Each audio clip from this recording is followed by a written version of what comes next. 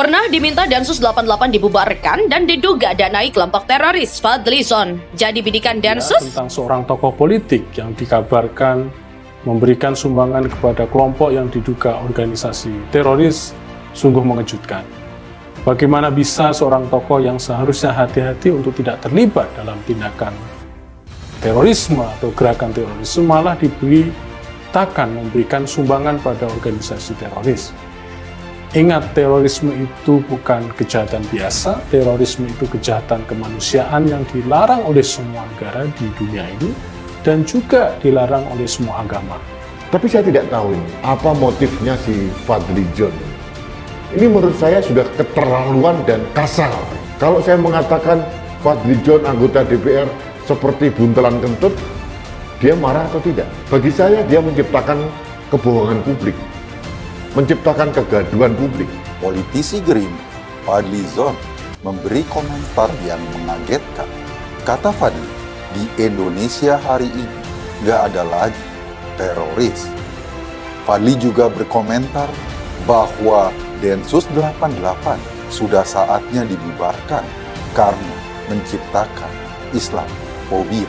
Dengan sering mendengar komentar Fadli yang mengecewakan ini, orang-orang juga sudah terkena penyakit Fadlizon fobia. Ulah Fadlizon yang sekali lagi memancing kegaduhan dan keributan di tanah air. Mohon maaf, dengan segala hormat saya, Wakil Ketua Umum Partai Gerindra ini memang sering banget membuat ulah dan memancing keributan dan kegaduhan. Memang kisana, para kadrun ini kalau bercanda sedikit keterlaluan. Statement Fadli yang mengatakan terorisme di Indonesia tidak ada sama saja dengan mengatakan Pak Prabowo bukanlah seorang jomblo.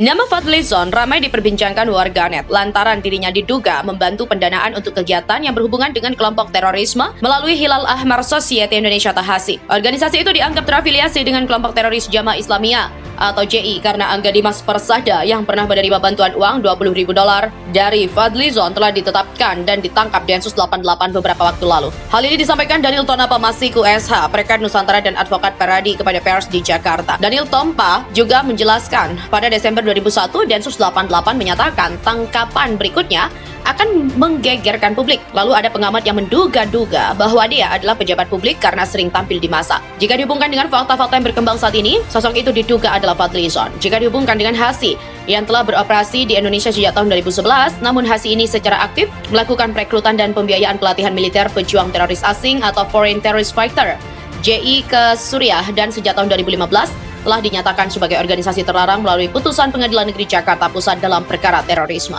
Dugaan keterkaitan Fadlizon dengan organisasi terlarang dan terafiliasi dengan teroris mengemuka setelah beberapa pegiat media sosial ramai-ramai mengunggah foto yang memperlihatkan Fadlizon bersama seseorang yang diduga aktivis Hasi sambil memegang tulisan simbolis berupa sumbangan kepada organisasi yang diduga terafiliasi dengan kelompok teroris JI. Setelah ramai di media sosial, Fadlizon kemudian melakukan klarifikasi melalui beberapa media online. Kendati telah diklarifikasi oleh Fadlizon, namun hal itu tak secara otomatis menyelesaikan persoalan. Karena itu, Densus 88 perlu melakukan tindak lanjut dengan melakukan penyelidikan terhadap Fadlizon dan kawan-kawan. Urgensi pendalaman oleh Densus 88 tentang kaitannya dengan Fadlizon sangat penting, mengingat terdapat sejumlah fakta yang bisa menguatkan tuduhan kedekatan Fadlizon dengan kelompok organisasi terlarang dan juga terafiliasi dengan jaringan teroris.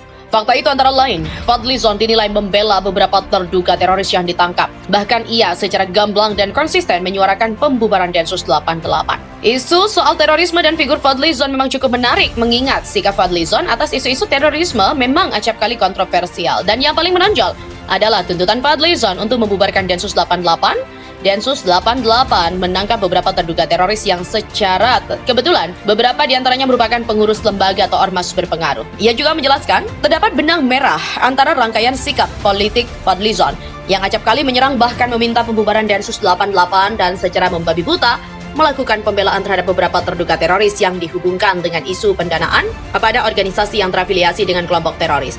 Maka sangat penting Densus 88 mendalami melalui suatu penyidikan untuk mengungkap kebenaran isu itu. Isu soal terorisme dan figur Fadlizon memang cukup menarik, mengingat sikap Fadlizon atas isu-isu terorisme memang acap kali kontroversial, dan yang paling menonjol adalah tuntutan Fadlizon untuk membubarkan Densus 88. Ketika Densus 88 menangkap beberapa terduga teroris yang secara kebetulan beberapa diantaranya merupakan pengurus lembaga atau ormas berpengaruh. Dia juga menjelaskan terdapat benang merah antara rangkaian sikap politik Fadlizon yang acap kali menyerang bahkan meminta pembubaran Densus 88 dan secara membabi buta melakukan pembelaan terhadap beberapa terduga teroris dan dihubungkan dengan isu pendanaan kepada organisasi yang terafiliasi dengan kelompok teroris. Maka sangat penting Densus 88 mendalami melalui suatu penyidikan untuk mengungkap kebenaran isu itu. Hal ini menurutnya penting tidak saja untuk membersihkan nama baik Fadlizon secara politik, bila mana dia bisa membuktikan bahwa tuduhan yang bersangkutan telah menyumbang organisasi yang terafiliasi dengan kelompok teroris, tapi juga penting untuk menjaga citra dan nama baik institusi DPR. Mengingat Fadlizon adalah anggota DPR dari fraksi Partai Gerindra. Saat ini muncul persepsi masyarakat bahwa institusi DPR menjadi sarang pendukung atau pembela kelompok teroris. Berkomentar bahwa tak heran jika ada nama besar yang diangkut ke depan, sebab menurutnya jaringan JI banyak terdapat nama besar seperti akademisi, politisi yang sering muncul di televisi, menjadi media daring. Mereka main di dua kaki sebagai pejabat dan juga grassroots yang memainkan isu agama yang mengarah ke JI. Beredar sebuah foto anggota DPR RI Fadlizon bersama salah satu tersangka teroris yang ditangkap Densus 88. Bersamaan dengan beredarnya foto itu muncul isu Fadlizon ikut menyumbang atau mendanai kelompok teroris di Indonesia. Fadlizon dengan tegas membantah isu ini. Ia mengaku tidak pernah terlibat dengan kelompok teroris dan memastikan tidak pernah menyumbang atau mendanai kelompok teroris manapun.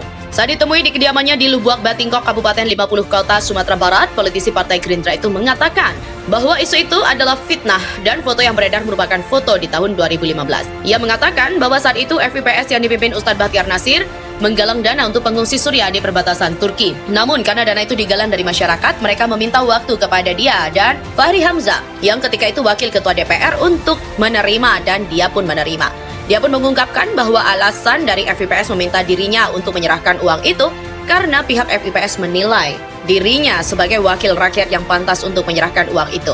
Dia sebagai wakil rakyat Indonesia dinilai pantas untuk menyerahkannya karena uang itu berasal dari sumbangan rakyat Indonesia. Demikian kata Fadlizon.